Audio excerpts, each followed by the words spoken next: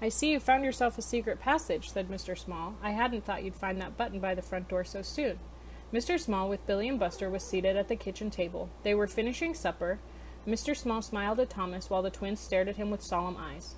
Mr. Small stood directly in front of Thomas and then stepped aside so that he could take a few steps into the kitchen. Thomas glanced behind him at the tunnel, a gaping space carved out of the comfortable kitchen. He saw nothing at all on the path. He sat down beside his father. There was the good smell of food hanging in the air. The twins seemed full and content. "You knew about that tunnel, Papa?" Thomas said. He felt discouraged, as though he'd been tricked. "If anyone came unexpectedly to the front door," said Mr. Small, "the slaves could hide in the tunnel until whoever it was had gone. Or, if and when the callers began a search, the slaves could escape through the kitchen or by way of the veranda steps." "It's not any fun," Thomas thought. "Not if he already knows about it." "Thomas, you frightened me," said Mrs. Small. She had recovered enough to take her eyes from the tunnel and sit down beside Thomas. "Goodness, yelling like that all of a sudden," she said. "I didn't know who it was." She jumped up, remembering Thomas hadn't eaten, and quickly fixed his plate. Then she seated herself as before. "Yes, why were you calling for help, Thomas?" asked Mr. Small. "You really made Mamma scream." Thomas bent down to take off his shoes and socks. A pool of water stood brackish on the linoleum. "There was something there," he said. Mrs. Small looked at him hard. Without a word, she got up and disappeared down the hall to the kitchen towards the front of the house. When she returned, she carried a pair of Mr. Small's socks and Thomas's old tennis shoes. "This is all I could find," she said to Thomas, and she fairly flung the shoes and socks into his lap. Then she cleaned up the pool of water. "There was something on that path," Thomas said, "and it was coming after me as sure as I'm sitting here." "You shouldn't make up stories like that," his mother said, "not even as a joke." "There was something there!" His voice quivered slightly, and the sound of that was enough to tell Mr. Small that Thomas wasn't joking. "Then what was it?" asked Mr. Small. He watched Thomas closely. "I don't know," Thomas said. "I didn't see anything." His father smiled. "It was probably no more than your fear of the dark and strange surroundings getting the best of you." "I heard something, though," Thomas said. "It went, 'ah,' at me, and then came closer and closer." Mrs. Small sucked in her breath. She looked all around the kitchen, at the gaping hole, and quickly away from it.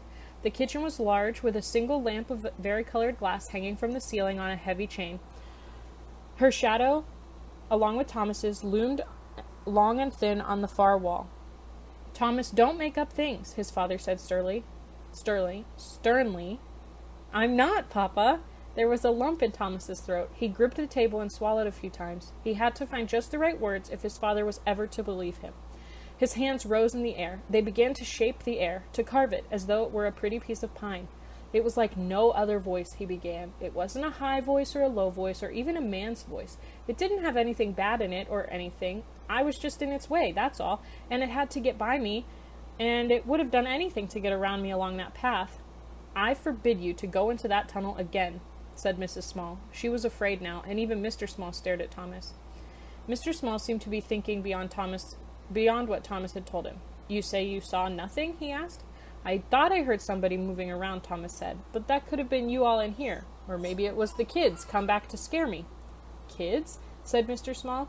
"The Darrow children," Thomas said. "I mean that youngest Darrow boy and that little girl he calls Pesty, that lives with him even though they don't really belong to them. She came riding around the house in her pajamas on this big horse. And M.C. Darrow was hanging on the horse's tail, and he was trying to get the horse to stop, but it wouldn't, and only Pesty could stop the big horse, but she was so little." "What in the world?" his father said. "Thomas, if you don't stop it," said Mrs. Small. "Mama, it's the truth," Thomas said. "There were these children. I'm not making it up. I can't help it if this is the craziest place we've ever lived." "All right now," said Mr. Small. "Start over and take it slowly. You say there were children here?" "Yes, they came from around the house just after I found the button and moved the steps." Then Thomas told all about Pesty, the horse, and Mac Darrow. He even managed to make his father and mother understand that the children had been toying with him as if he were the object of a game.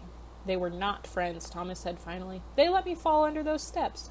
"No, they weren't, if they did let you fall," said his mother, "but maybe they didn't know about the drop."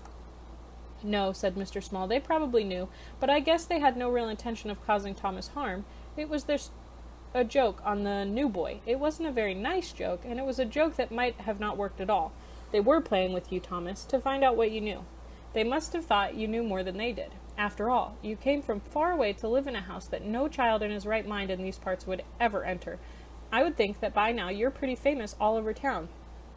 "I see," said Thomas, "because I dared go into Mr. Pluto's tunnel." "Yes," his father said. "It wasn't A human voice I heard, Thomas said. It wasn't alive. They all fell silent for a moment. Then Mr. Small asked, "And you're sure you heard nothing more than that sighing?" "That's all," Thomas said. "It just kept coming at me, getting closer." Mr. Small got up and stood at the tunnel opening. He went into the long hall after a few seconds and came back with a flashlight. "I'll go with you," Thomas said. "I'd rather you stayed here." "I'll only be a minute," said his father. Mr. Small was gone for less than a minute. Thomas and his mother waited, staring into the long tunnel opening, flooded with light from the kitchen. A few feet beyond the opening, the kitchen light ended in a wall of blackness. They could see the light from Mr. Small's flashlight darting here and there along the ceiling of the tunnel until the path descended. Mr. Small returned by way of the veranda steps. His white shirt was soiled from scaling the brick wall. As he came back into the kitchen, muddying the floor as Thomas had, he was thoughtful, but not at all afraid. He walked over to a high cabinet on the opposite wall from the tunnel. Beneath it, a small panel in the wall slid open at his touch. The panel had been invisible to the eye, but now revealed what seemed to be a jumble of miniature machinery. Mr. Small released a lever. The tunnel door slid silently down, and the patterned wallpaper of the kitchen showed no trace of what lay hidden behind it. Lastly, Mr. Small removed a mechanism of some kind of the panel out of his and put it in his pocket. "Did you see anything?" Thomas asked him. "Did you find my flashlight?" "I didn't see anything," said Mr. Small, "and I didn't hear any sighing." "Well, that's a relief," said Mrs. Small. "Goodness, if you'd found somebody, I'm sure my nerves would just give way." "Your flashlight must have fallen in a crack," said Mr. Small. "I couldn't find it." "Oh, yes, I removed the control from the panel. Without it, a giant couldn't raise that door." "But you said there wasn't anything in the tunnel," said Thomas. "That's so, but I don't want you wandering around in there," his father said. "The walls and the ceiling are dirt and rock. There hasn't been a cave-in that I know of, yet I think it's best if we don't take chances. I also removed the gears that control the front steps." All he had to do was tell me to not go into the tunnel, Thomas thought. Give me a good reason, and I wouldn't go. He knows that's all he has to do. He saw something, or heard something, and he's not telling anybody. The twins had sat calmly through the commotion of Thomas's coming through the wall, and their father going back through the wall, and back through it again. But now they scrambled down from their chairs and slapped the wall with their hands. When the wall didn't move, they kicked it. They were crestfallen when the wall wouldn't slide up as it had for Thomas. Thomas had to laugh at them. "See? It's just a wall," he told them. They shook their heads. "It's just a wallpapered wall with a pretty design." "I'd better get them ready for bed," said Mrs. Small. "They'll make themselves sick trying to get through the wall the way you did." "Why is it that you have to do everything just like Thomas?" she asked, teasing them. "Are you going to get into everything just like Thomas and cause me trouble just like Thomas?" The twins laughed. Mrs. Small swept them into her arm and carried them out of the room. Thomas sat at the table. He hadn't looked around the kitchen. He wasn't ready to see the inside of the house, for he hoped to get the house fixed in his mind first. When he heard his mother upstairs with the boys, he ate quickly. He glanced at his father, who sat across from him filling his pipe. "It's still light out," Thomas said. Mr. Small paused with the pipe. Thomas hadn't needed to say anything more for his father to understand his wish. "Maybe you'd better wait till tomorrow," Mr. Small said. He glanced out the window. There was still no clear sign of dusk in the sky. Thomas picked up his food. He would not look around the kitchen. The twins were making a lot of noise upstairs. "Do I get to have a big bedroom for myself?" asked Thomas. Mr. Small nodded. "Your room looks over the front yard," he said. "Does it have a secret door?" "We thought it best that you and the boys have good, solid rooms. Mr. Pluto chose rooms that I would have chosen," his father said. "Better not tamper with the walls until you see how the tunnels and the passages fit together." He could at least let me have a secret closet, Thomas thought. Still, he was eager to see his room, to put his possessions in order. He thought, if that Satan Mr. Pluto had made it stiff and cold, I won't sleep there until it's fixed the way I want it. Thomas's anger at Pluto flared up and then cooled. His thoughts shifted to what his father had said a moment before about the secrets in the tunnels and the passages. "Papa, how do the tunnels fit together?" His father explained that they were all of a plan. "Eventually, they lead in the same direction to the same place," he said. But what if the enemy of the slaves knew that?" Thomas said. "He could just wait at that place because sooner or later he was bound to catch somebody." "No, Drear knew what he was doing," said Mr. Small. "He let the tunnels meander like a maze with sub-passages and dead ends. Have the same sign or symbol marking the main passages, a sign that only the slaves would understand, and let the slaves reach the one place where there would be people waiting to carry them quickly into many directions going farther north. No, it wasn't likely that at the time anyone knew for sure what was going on in this house."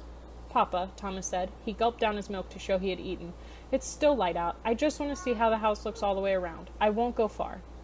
His father smiled and said, "What is it you're looking for, and why are you in such a hurry?"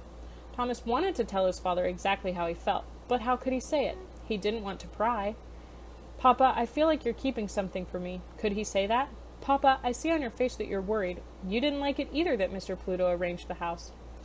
I'm not looking for anything, Thomas said at last. I just want to try to figure out which rooms have the passages after I've seen them outside. Like now, I know the kitchen isn't right. I haven't looked at it good, but I can tell something's wrong.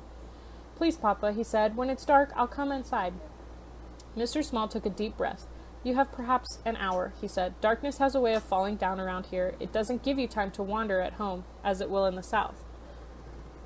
Thomas sat still for a second. He had a quiet version of home. Springtime would be everywhere, and the black crows sat all day thick and shiny in the fresh furrows of the fields. Just as the last sun slid out of the foothills, when you couldn't tell the crows from the earth, the birds flew into a mass in the air. The tips of their feathers caught the last sun, Thomas remembered. Their wings were blue and silver sails like pinwheels. Then the crows grew quickly smaller. The light slipped off of them, the sound of them slid out of the sky, and the coolness of dark flowed over the hills. Thomas would walk from the pines to home, with the night coming like liquid behind him. He left the kitchen without another word to his father. Outside, he felt ready to explore, but he was unsure of the night that could trap him, and he was sad that he would never again walk those hills of home.